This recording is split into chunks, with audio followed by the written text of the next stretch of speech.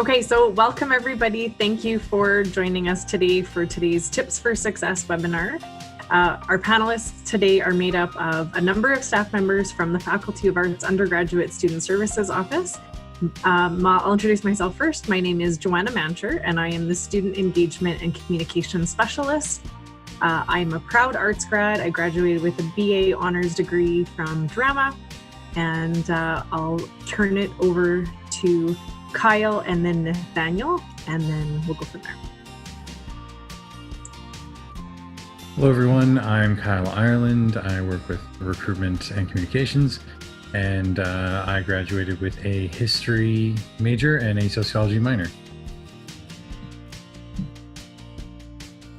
Hello everyone, I'm Nathaniel. I'm just finished my third year, headed into my fourth year as an econ and poli-sci double major.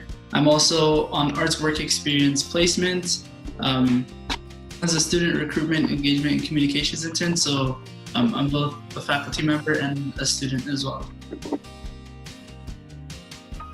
Okay, so next I'll get Jackie, and then Kayann, Wioletta, and Taylor. Hi everyone, I am Jackie Bellerose. I am the Indigenous Engagement and Recruitment Specialist with the Faculty of Arts.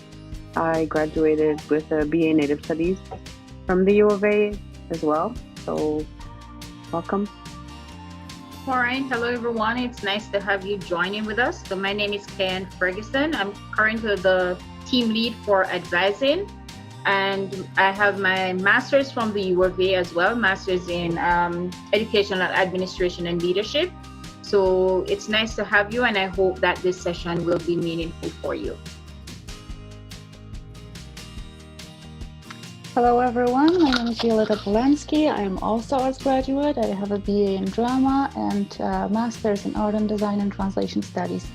Welcome everyone, and my job title is International Student Advisor. Hi everyone, my name is Taylor Joseph. I'm the Student Services Assistant with the Faculty of Arts, and I'm also a recent graduate from the Bachelor of Arts program with a major in sociology, minor in psychology, and a 12-month cooperative work experience program.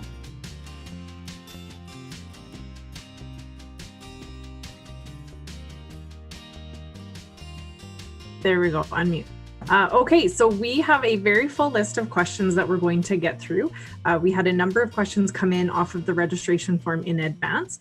However, I do encourage all of you that are listening and watching today, if we're talking about something and something that we say, you're like, hey, wait a sec, I need a bit of clarification on that, please do type it into the Q&A box or the chat box. We'll try to get to as many questions that come through that form as well. You can also, I'll just give you a little bit of an overview. We're going to cover topics about building a schedule, how to pick courses, what's required in your first year, what's optional. We'll get into a little bit about what to expect in terms of your classes, now that we know that the vast majority of classes for the entire university are going to be online. So we'll dive into what that really means and tips for how to be successful with navigating the new normal for a little while here. We're going to talk about time management, balancing workload, and just other tips to be successful. We'll talk a little bit about the Arts Work Experience Co-op program, as well as other experiential learning opportunities. And we'll also talk to you about who's available for you as a student. So in terms of reaching out for help or guidance or a leg up, taking your studies or your extracurricular opportunities to the next level. And we'll just let you know about all the different people and centers and resources that are available to you as a student. So like I said, please do feel free to ask questions through the chat box and the Q&A at the bottom. And we are going to jump right into the first question about how will online courses or classes actually take place? So I'm going to get Nathaniel to answer that question, as well as Wioletta. For sure, so I feel like this is a question that's probably on all of your minds and is on mine as well as a student. So I actually finished winter term remotely, and I did a spring term.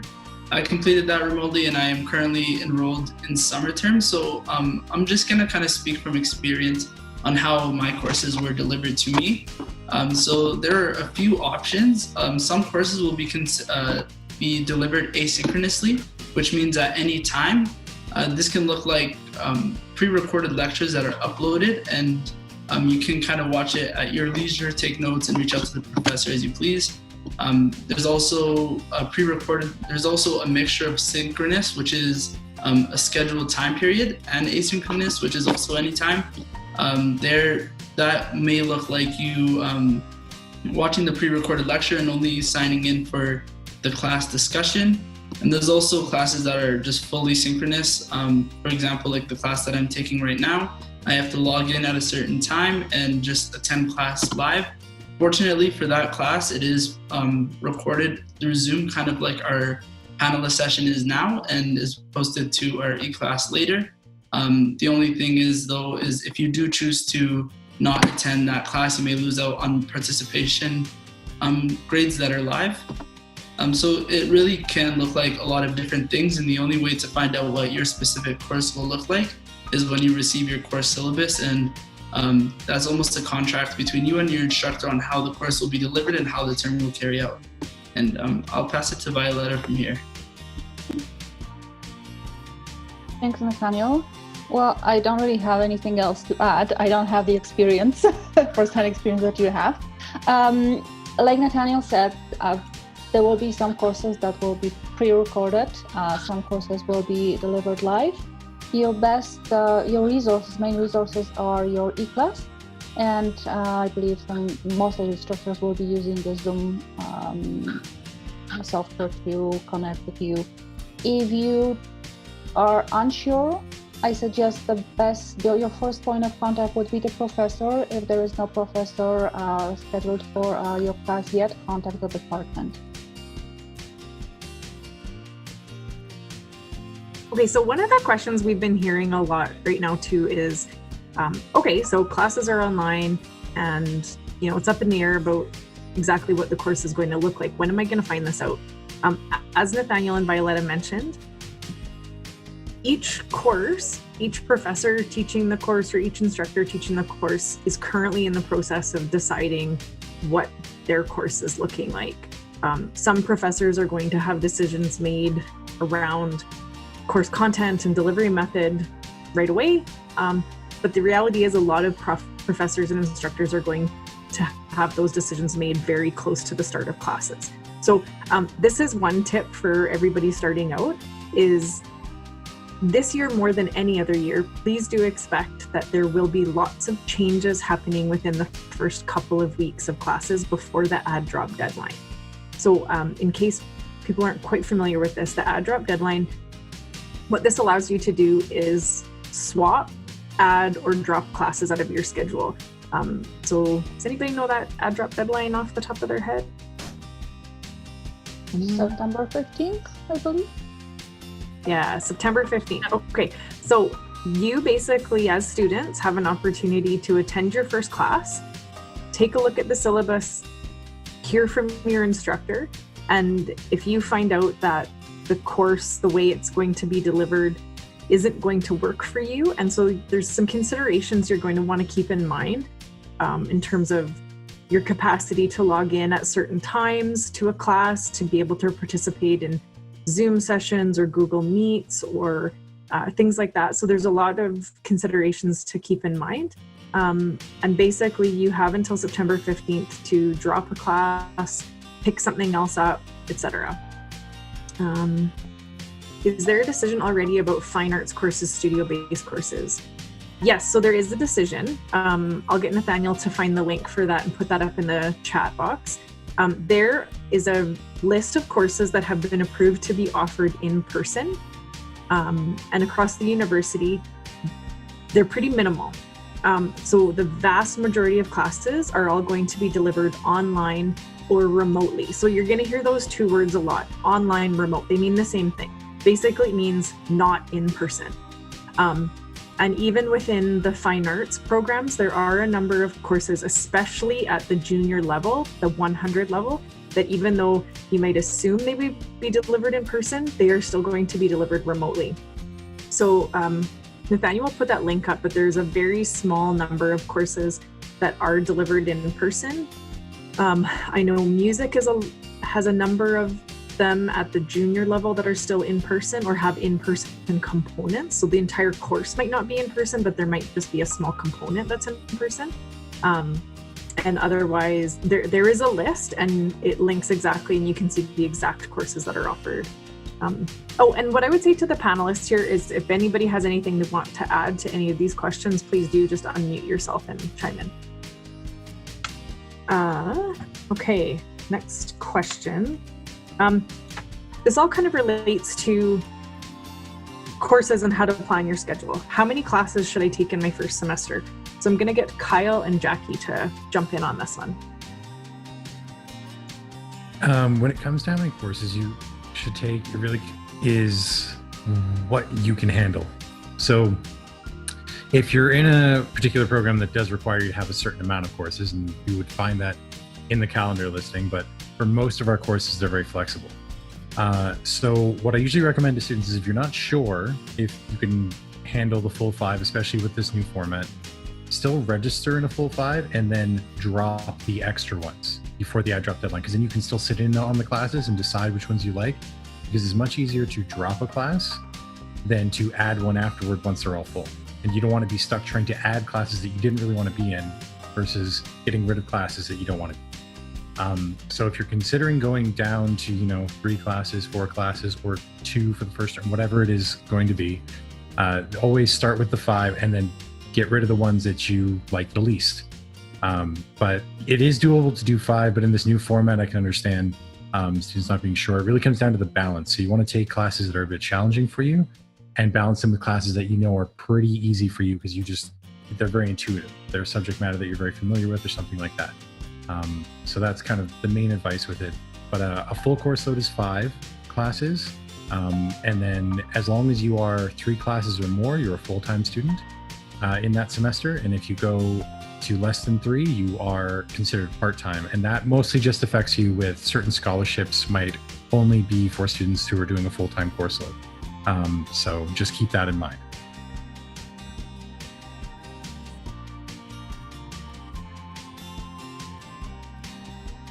Yeah, there's not much more I can add to that.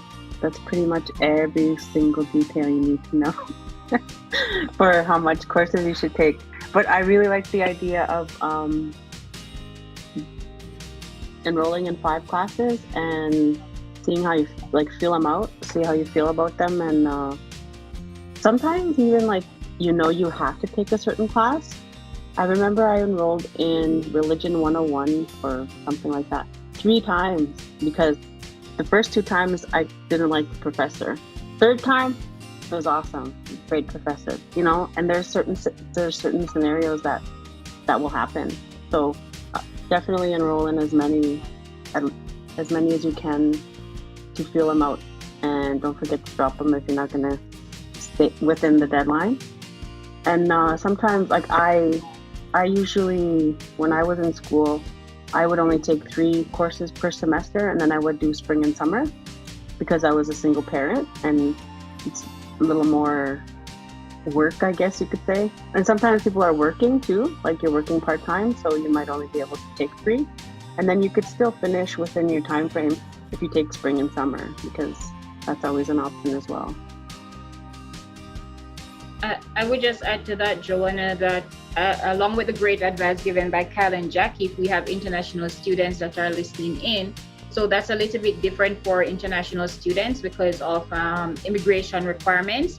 So they always have to make sure that they're maintaining their full-time student status, which is 3 courses, the minimum of 3 courses that will give our international students their full-time status.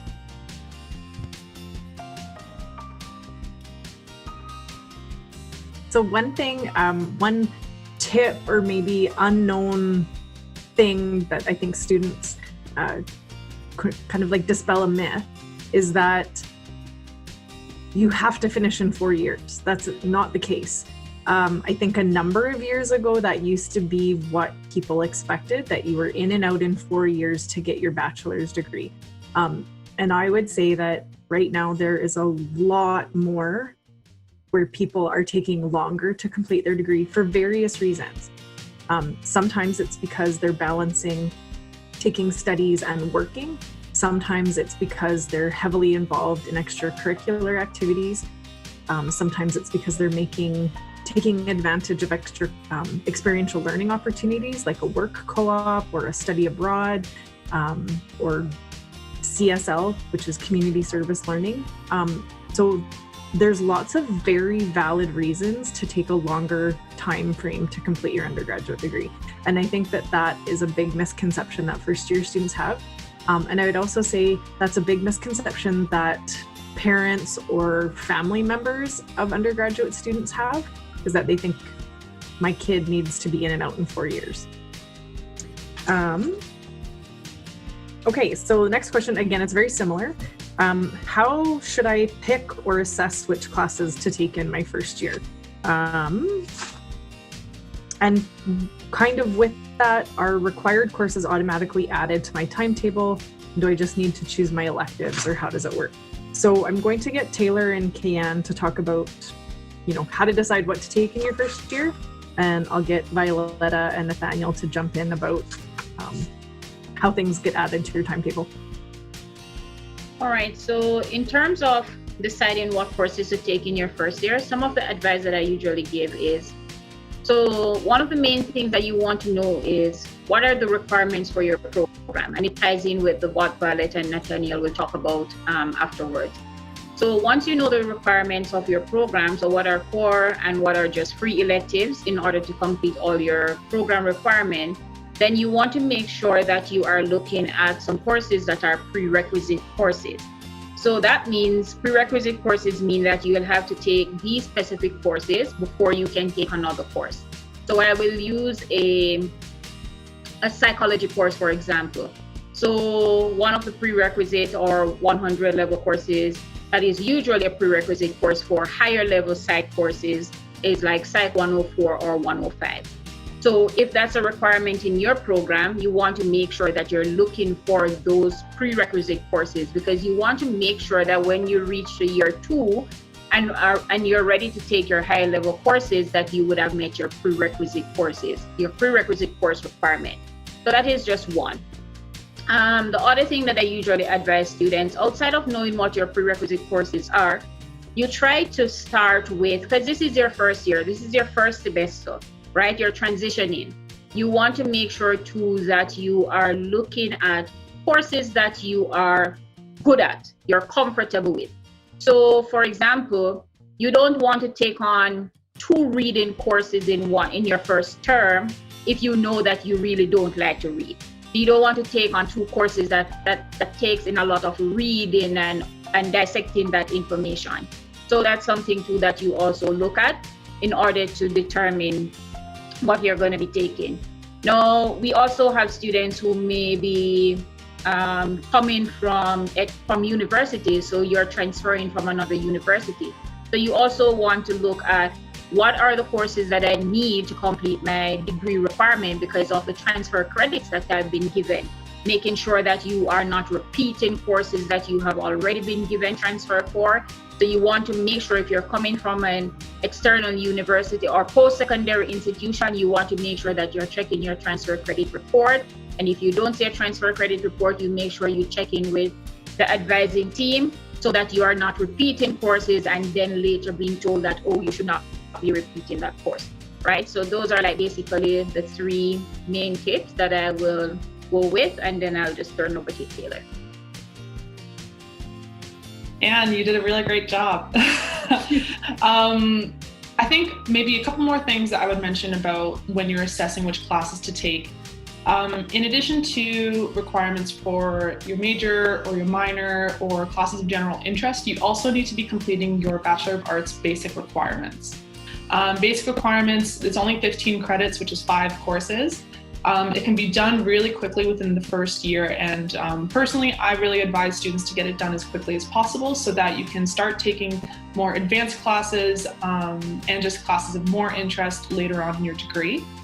So the basic requirements compose of 3 credits of English, 6 credits of a language other than English, and 6 credits of a non-arts requirement. So you could take science courses, human ecology courses, anything that doesn't belong to the Faculty of Arts. That is also listed on the university calendar, and we can provide some links to that. But you want to keep that in mind, that that is another requirement that you want to take. And I guess in just like for your personal assessment of which classes to take in your first year, I think a lot of the biggest decisions will be made in the first 2 weeks, right before the add drop deadline that we keep referencing. You may completely change your schedule from September 1st to September 15th, and that's 100% okay. But just keep in mind, when you're making your schedule, you want to be looking at the syllabus, you want to be looking at your assignments, you want to look at the deadlines. Make sure that you don't have 3 really huge assignments on the same day at the same time, right? So that could help you to decide, okay, I'm going to drop this course and take a different course because they have different deadlines during the midterm season. So make sure that you're really, reviewing the deadlines that your professors are giving you, because that's going to be really important.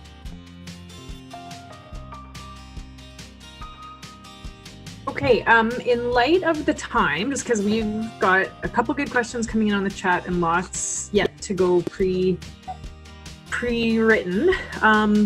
So there's a quick question about, are required courses automatically added to my timetable and I just need to choose electives? Short answer, no, nothing is automatic. So this is the blessing and curse of being a university student. It is all up to you. So you have complete free reign. So you can take our advice and register for your basic requirements, or you can throw caution to the wind and try to jump into a whole bunch of senior level courses and do all of that. By the way, that's not recommended. But really, you do have a lot of free reign. And again, what's going to happen is, because English classes are a requirement for all students, those classes can sometimes be very tough to get into, or tough to get into the class that you want. So what I would say is, if you need a particular English class or you want a particular English class, keep them on your watch list, sign up, get them in, and really, there are no restrictions. Basically, take whichever English class you think sounds good. And then, like Jackie had mentioned before, there are different professors that teach the same course. So, English 103 could have 6 different instructors. And if you sign up for English 103 and on the first day you're like, oh, I really liked the sound of this topic, but I don't think I'm jiving really well with the professor or the instructor, then drop it. Take it next term or take it next year. The one thing about some of the prerequisites that Kayann mentioned before is that the 100 level courses are often required of you to be able to take the senior level courses. So just keep that in mind, that if you do drop something from your fall term or your winter term, if there's something later on that builds on that, that's going to have a little bit of a ripple effect on your schedule. The next question, so there's a question in the chat about grants and bursaries for the school year. So we'll answer that quickly, because basically I think the short answer is that there isn't a whole lot of grants or bursaries to be applying for the current school year. Usually what happens is you apply for scholarships, awards, bursaries, things like that, and it's applied to your next year coming in.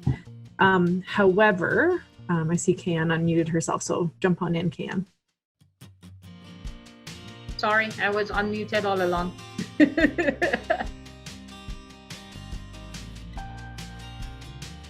Yeah, so basically. But to add to Joanna's response, most of our application for grants and bursaries, the deadline has passed already for fall 2020. So most of the grants and bursaries deadline have been completed. But I think earlier I saw where Nathaniel had put a link as well, that if you have follow-up questions about grants and stuff like that, that you can actually send an email or contact Student Connect. Nathaniel has that link, the very first link in the chat box as well. Yeah, but I will jump in and say right now, I think this is one of the big tips and misconceptions for first years. Like, if you want to get into a mistake that first years make, is that they don't apply for a lot of student awards, scholarships, and bursaries. That's a common I don't know, do you want to call it a mistake or missed opportunity that a lot of students do make, is that they don't do that. So there are lots of places to look. There are scholarships, awards, and bursaries, and there's a difference between those different categories, and they're available university-wide. So again, the Registrar's Office, Student Connect, Student Financial Aid, all of those pages are going to give details about scholarships, awards, and bursaries for all students. Now here's a big tip. The Faculty of Arts Undergrad Student Services Office, we put out a student newsletter, and it's going to be a very similar one to where all of you got the link to sign, the opportunity to sign up for this webinar today. So as a current student, you're going to get a student newsletter, and it's going to come into your inbox every Friday morning, and we will provide you links and information about scholarships, awards, and bursaries and grants, all sorts of ways to get money. So basically, keep your eyes and ears open. You are going to be inundated with tons of emails from the university, but do make sure you read them, because there's lots of pertinent information, and it usually has to do with stuff like this. Okay, I love this question. We got this in advance, and it says, is it better to ask for help if you don't understand, or is that just a bother? So I'm going to ask Jackie, Taylor, and Nathaniel to answer that question. Hi. So my short answer is, like, please bother us, because like half of our job is doing that, is helping you guys. Like, well, that's why we're here. Like, there's not even half the job. It's the whole reason we're here, is to make sure you guys succeed in what you're doing. So no question is too small or too, like, bothersome. Like, just don't think like that at all. Just shoot us an email, and somebody will be, if we don't know the answer, we'll find somebody who does know the answer, and or get you in touch with the right people who can answer. And yeah, that's my 2 cents on that question. Yeah, I completely agree with Jackie. Please bother us. We are here. I don't even like to say we are here to be bothered. We are here to help you. And it's not a bother at all if you are coming in for the second time this week and you need some help finding courses that you're really interested in, or anything that you need help with. We are here to help you or redirect you to the best resources on campus. And we're still doing that virtually and online. So of course, if you have any sort of questions whatsoever, please send us an email, and we will either get in touch with you or forward your concern to someone else. But yes, we are here to help you. I think everything was pretty well said, but I'll just speak as a student right now. I think your education is for you, and for you to almost like neglect receiving help won't do anything but hurt you. All our roles exist to support students, and looking at all the panelists on their screens, I know for a fact that they all want every student to succeed. So it's as simple as reaching out and being directed to the right place. I also want to add one more thing. Either if it's your first year or if you're a transfer student, you may be afraid to talk to your professors about certain things.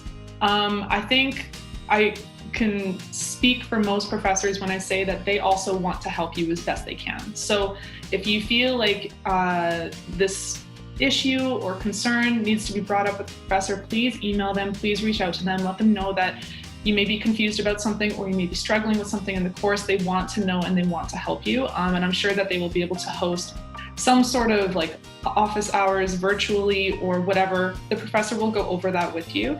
But please reach out to them. I made the mistake and I didn't reach out to my professors until halfway through my second year or my third year. And I really regret it because I feel like I could have done so much better in my first year had I reached out to them. So don't be afraid or embarrassed. Please reach out to the people who are here to help you.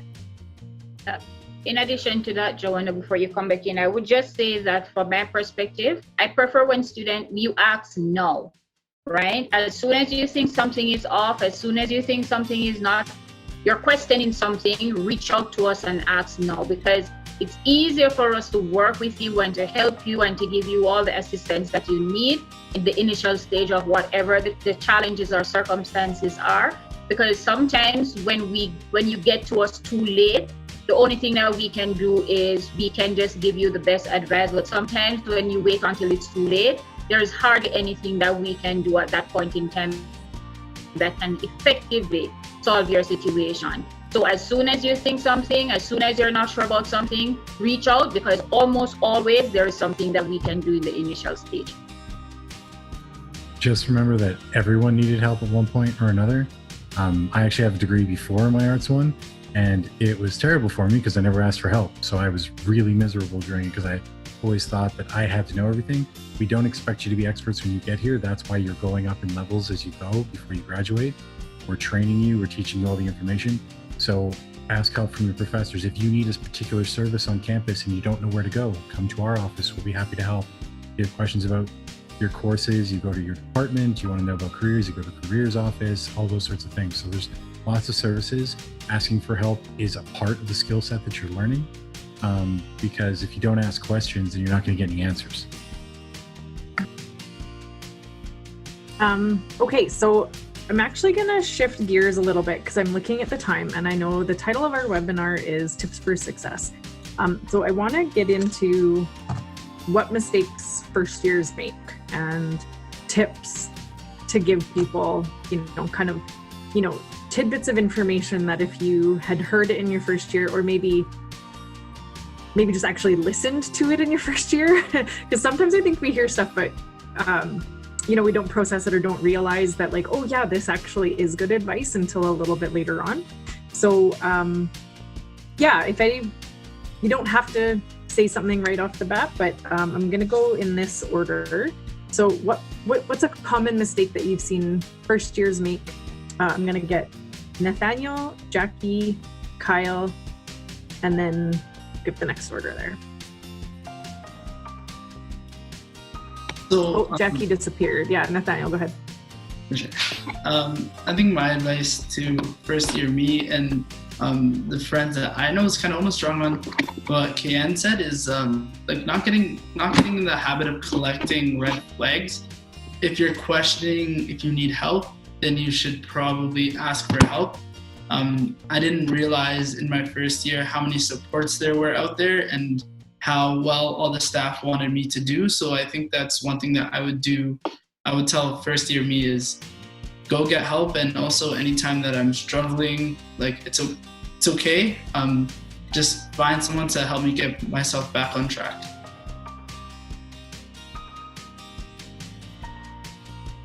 I would say do a check-in with yourself as you're progressing, like see how you're doing, evaluate whether or not your program is the right fit for you, if you need to change your major or if you want to add another major or anything like that. Always check in, because things change. You might think you want something and then you think that program is the right path to that, but it might be a different program, or you might change your career goals or anything like that. Just be open to the fact that things will change, and you do not need to be stuck in the program that you started with if it's no longer what you want.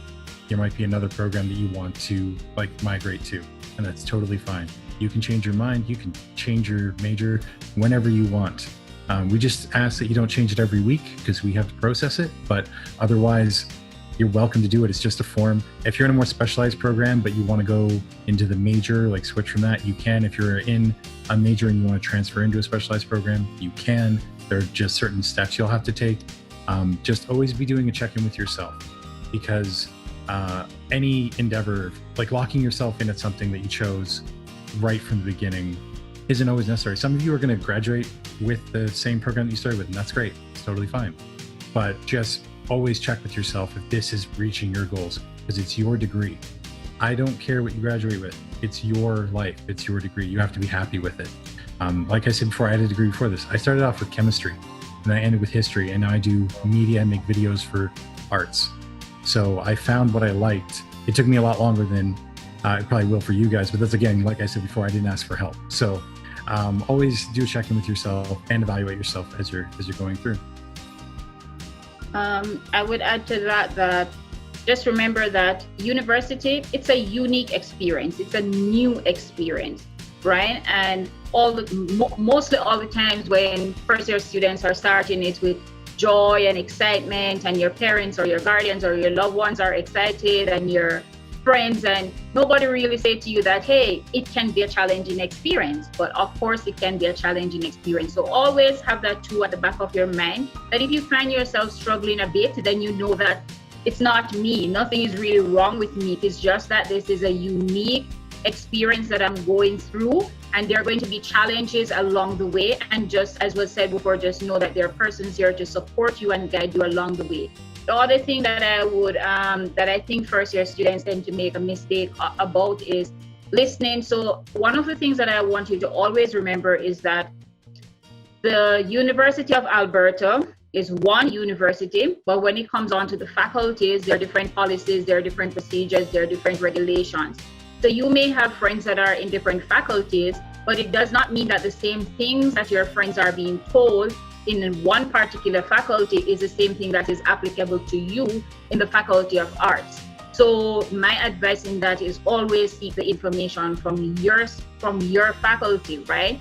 Because don't take it for granted that because your friend is told this in the Faculty of Science, that is what is applicable to you.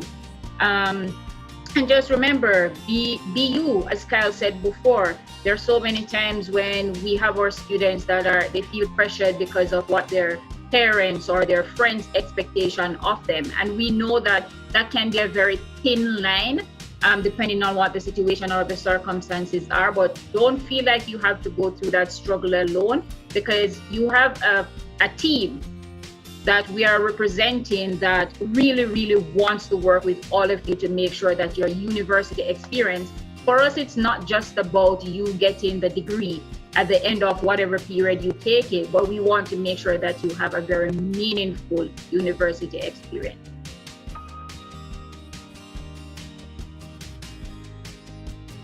Two things that I want to add. First, like Kyle and Kayann said, make sure you are in the right major, minor, that you're in the right program. Keep in mind you'll be spending 4 years in your degree, and so pick something that you're passionate about. I know there is peer pressure, there is parent pressure, but ultimately it's going to be your degree and your years spent. You'll be working hard. There'll be ups and downs, but at the end you want to end up with something that you're passionate about that will make you happy and successful. You might want to be in economics major just because there are jobs, I guess. That's what people say after economics, but you might be passionate about music. So really think about it. What is it that you are passionate about? The other thing that sometimes first-year students, the other mistake that first-year students sometimes make is overloading your courses. I mean, not overloading, but trying to get the full course load in your first year, which is 5 courses per term. Don't feel like you have to finish, and we talked about it previously, don't feel like you have to finish in 4 years. Maybe start slower, start with 4 courses per term, or even 3 courses, just to ease into the environment, the new study habits, the new disciplines that you'll be taking, and go from there. You'll be able always to make up those 1 or 2 missing courses during spring, summer. So start slowly, just to succeed, basically. Okay. So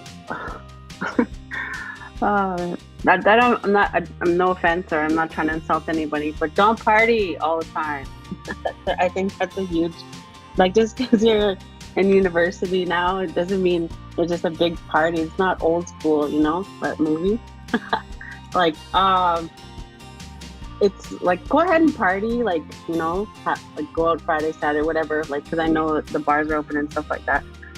But kind of schedule it too. Like, it shouldn't be weekdays. Like, I just know a lot of people, when I was in school, they partied a lot, and you don't have to.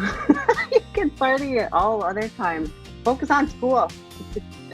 I think do your readings, very important. Just read them, just do them. I mean, try to read your readings before your classes. Attend classes, like just attend. Just whether you roll over and turn the Zoom on and watch from bed or whatever, just make sure you're there, participating, getting the information you need to get. Try to develop those study habits. Have a nice place where it's your study space. You're gonna need that because you're gonna spend a lot of time there. Make it very comfortable for you. Make it inspiring. Not the kitchen table. You know what I mean? What's the other thing I was gonna say? Yeah, try to make friends, and I know it'll be difficult with the remote learning aspect, but I'm sure there will be ways, like join the student groups and stuff like that. But always this is one thing that if I could go back in time, I would make my university academic journey my number one focus in my life. It wouldn't be my boyfriend or my whatever, like other things. It would have been school, right? And it's your life, it's your choice. But if I could go back in time and do it over again, I would have probably not paid as much attention to people that didn't need it or deserve it. And I would have had like a 4.0 GPA. Just but anyway, that's my advice. I also had a comment just, I guess, on the responsibility aspect. So, I mean, there are tons of resources on campus and virtually for you to succeed, but at the end of the day, the responsibility is yours, right? Like if you're not seeking out these services, or if you're not taking the time to, do your readings or really connect with other students or your professors, it is your responsibility, and no one's going to be there to remind you like it was in high school or in grade school or whatever, right? It falls on you. And so I think also, with that being said, make sure that you're creating a space that you're going to succeed in, because the fall term is virtual. And if you're not taking any if you're not taking any in-person classes like art or drama, everything's going to be online for you. So make sure that you're setting your space up for success. Make sure that you don't have a lot of distractions. Make sure that you're making a schedule and saying, okay, from 8 a.m. to 10 p.m. I'm going to read this sociology reading, and then from 10 to 12 I'll do this, and then I have lunch or whatever, right? So make a schedule for you. Understand what type of learner you are. Are you visual? Are you like a kinesthetic learner, or is that the word, kinesthetic? And then audio. For myself, I realized that I'm a strong audio learner. So I get text that can play back for me, that can like have a voiceover and play back for me. And that really helped me succeed in school.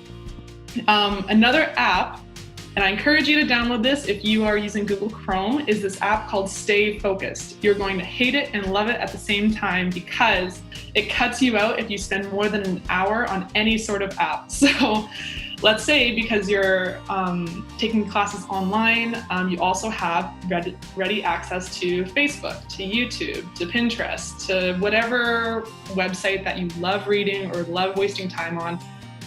Download an app from Chrome or whatever browser you're using that will limit the time that you spend. I did that. It was the best thing ever, and I hated it, but it really helped me succeed in school.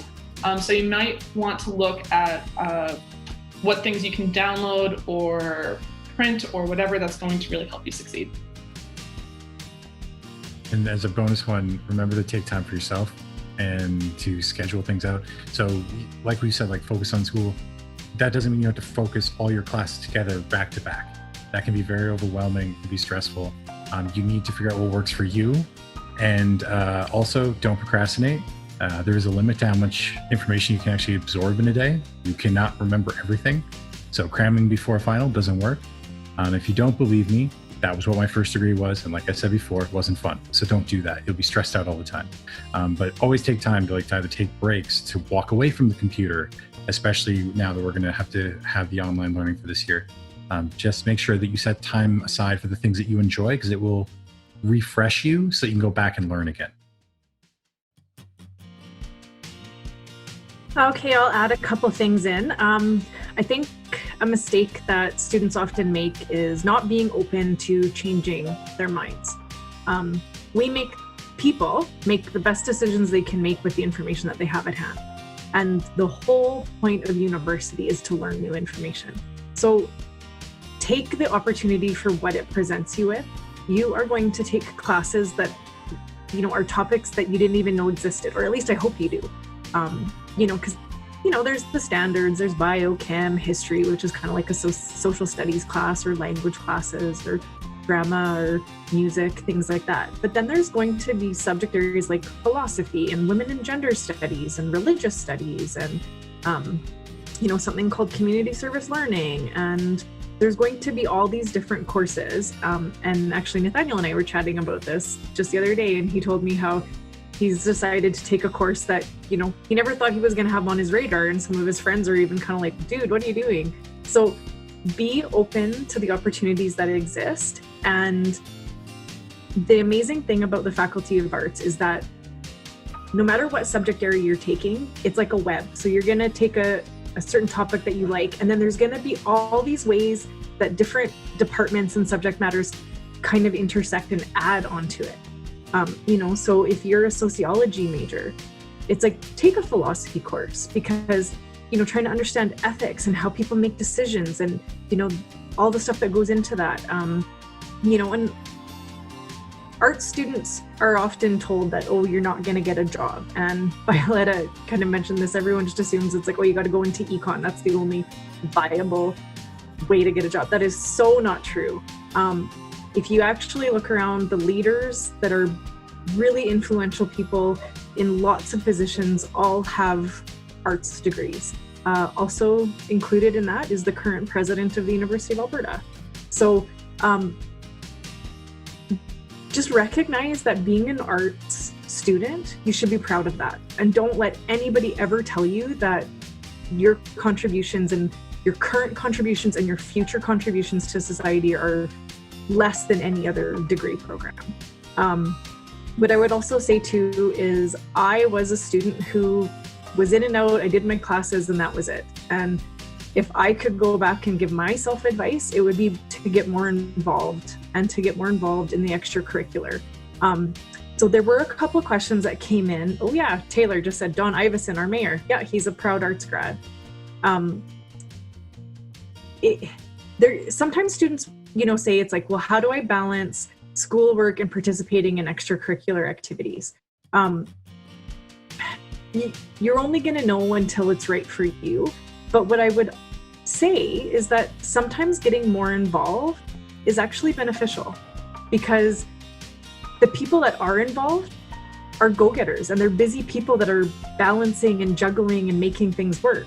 And so by getting involved in a group or joining a committee or things like that, you're going to be associating yourself with other people that are doing the same thing as you, that are balancing school and extracurricular and work and all that kind of stuff. And you'll learn from each other, you'll motivate each other. And so this part is going to, I don't know, well, it both kind of sucks. Like that first day in class where you sit down beside complete strangers and you're like, oh gosh, I have to turn and talk to somebody that I don't know. How do I do that? Well, now you got to do it virtually, but do it. Reach out to your classmates, strike up a study group, keep yourselves motivated to keep up with your readings, to, in terms of learning styles and tips, take the subject matter that you learn in class and teach it back to each other, because you think you know something, and then when you have to go and explain it to somebody else, you realize you're like, oh shoot, I don't actually know how to put this into words. So that's just a study tip for me. So I'm cognizant of the time here. We've got a few things that we need to go. Somebody asked about, where is it? Okay, I missed it. Let's talk about the Arts Work Experience program. So there's a question about how to get accepted for the co-op program in the BA. So Taylor and Nathaniel both did or are currently doing that program. So I'll get Taylor and Nathaniel to answer that question. Sure. So I don't know if the application process has necessarily changed.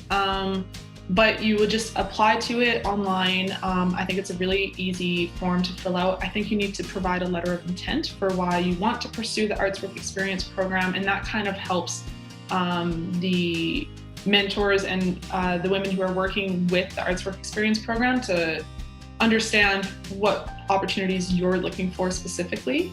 And then you do have to meet a credit requirement. So it's not open immediately to first year students. You have to have anywhere from 30 to 105 credits. So to get 30 credits, typically you have to do 5 courses by the end of your first year, and then that would make you automatically eligible.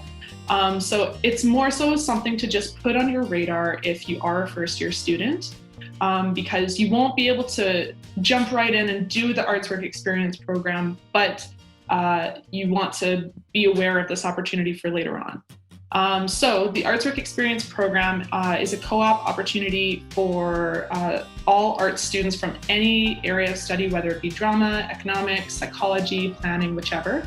And it helps you to find internships from 4, 8, 12, or 16-month terms. So some students can do 3 4-month terms throughout the whole degree. You can do 1 12-month term. It really varies on the employer and kind of what you're interested in. But it helps you gain that experience to really give you that advantage for when you've graduated and when you go into the real world, if you will. Nathaniel, do you have anything to add on to that? No, I think you've covered it greatly. I think the only thing I would add is that they really want to help you in finding work as well. So they have a lot of professional development opportunities through resume and cover letter support, LinkedIn profile review, career advising. So it's more than just you having to log on to a portal and search for a job. There's a lot of supports available for you in that office. I think the only thing I would add is even though internships are a major part of the Arts Work Experience program, not all participants end up landing a internship position.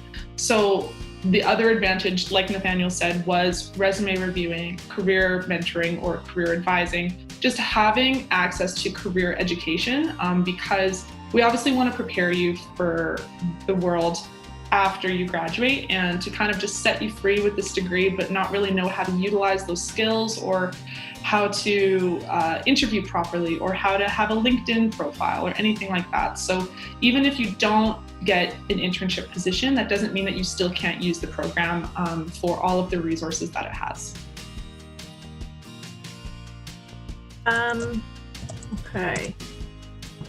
So we've got a couple questions here before we wrap up. So I'm just going to answer a couple of things really quickly to make sure we get them done. We had a question come in saying, do you expect freshmen this fall, both local and international? So the answer is yes. And basically, we will have international students either here in Canada or in their home countries registered and taking courses as students. We don't expect anybody to be on campus. So even the funny part is, even those courses that are being offered with in-person components, we don't expect people to be here. So I know everyone is wanting to be in person, but we recognize that there's other restrictions that are in play, whether that's visas, travel restrictions, and borders being open, or whether or not you've simply, you're from another province and you haven't moved to Edmonton yet. That being said, residence is open. So if you would like to move to Edmonton and be here on campus, that is very much encouraged. So there is that option there. We had a question about drama classes being taken online and how that's going to work. So there are a number of drama classes that are offering in-person components. These are for the very specialized programs and the specialized programs at the more senior level. So the courses that are going to be offered to students in the BA program as drama majors, those classes are all going to be offered online. And all I would say is, not sure how it's going to go, but if there's a creative group of people those are the people. So I have full confidence that the drama profs will find creative ways to deliver solid programming and solid course content. So I would not be worried by any means. There was a question about what happens with textbooks for online classes. So basically, the bookstore is offering flat delivery fees for any textbooks. So this can be a little bit of a tip, especially with being online. A lot of profs are going to be trying to work hard to make resources for their classes more accessible. So I wouldn't necessarily rush out to get your textbooks ahead of time unless you know absolutely for certain you do not intend to drop that class. And that might be more applicable to students that are in more senior levels of their degree right now, who, you know, they need to take certain courses this term to be able to take courses next term to be able to graduate. I know there's, I don't know, Nathaniel, can you comment on textbooks for courses, like what the profs are doing? So it's to my understanding and experience that they're going to try to do their best to provide as many materials as possible. In the event that you need a textbook, I'm sure that they'll link on an online version of the textbook, or if you were to purchase it through the bookstore, like Joanna said, you can have it delivered to you. I'm actually going to add a link to the SU used book registry. So I guess with one thing I would caution is that with a pandemic going on, I'm not exactly sure how you guys would actually link up and swap the books, but I just recommend everyone be safe, and you can also do so through Amazon or Kijiji or whatever other online avenues. I would just ensure that it's the right edition. And in terms of timing on when you're going to get your notice of how necessary your textbook is, I would wait till after the first class to follow up, or until your syllabus comes out. Like I said earlier, your syllabus is a contract between you and your professor on how the course will be delivered. All right, so we had one question that came in advance about if there's an online platform where students can interact with students who are already studying at the U of A. So within the Faculty of Arts, we don't particularly have anything formally set up. What I would encourage, look at ways to get involved in student groups. If you haven't heard about it yet, we have a blog called the UAlbertaArts Insider blog. And if you go to the website Medium, so medium.com, Nathaniel put a link to it in the chat box, but medium.com/UAlberta-arts-insider. And we've got a bunch of posts up there with links to information, stories about stuff, tips. And what I would say too is we're going to be profiling different student groups. Go to the Students' Union website, check out Bears Den, that's where all of the student groups are listed. So the students that we've chatted with, the experience that you have on campus is a huge part of university. And I mean, we get that. And believe it or not, we actually all miss being on campus too as staff. So we can appreciate that with everything being online right now, it's different. But people are finding ways to come together as community. And I think the best way to do that is to find a student group or two that speaks to what you're interested in and get involved. And you're going to find ways to connect with students that way. And then also too, when you get into class, when you're in e-class, there's ways to connect with your classmates, and that's a great way to do that. So we're over time. Thank you everybody for tuning in. What I would say, I'll just reiterate that if you have questions, if you want clarification on anything that we talked about today, or there's questions that you think of afterwards, please do continue to email the arts.recruiting email address, so arts.recruiting@ualberta.ca, and we will be happy to answer your questions. And like we said before, if we don't know the answer, we will put you in touch with the people or service or organization that does know. Anybody have any final tips or things that came to them as we were talking that we want to tell the panelists or the attendees? The bookstore also has some ebook options so that you don't always have to have the physical textbook. I'm not sure if those are going to be like rentals where you only have it for the term, something like that, because I have heard of those, and those are usually cheaper than the regular textbook. But there are going to be lots of alternatives for your textbooks. Awesome. Okay, thank you everybody, and have a good rest of your day.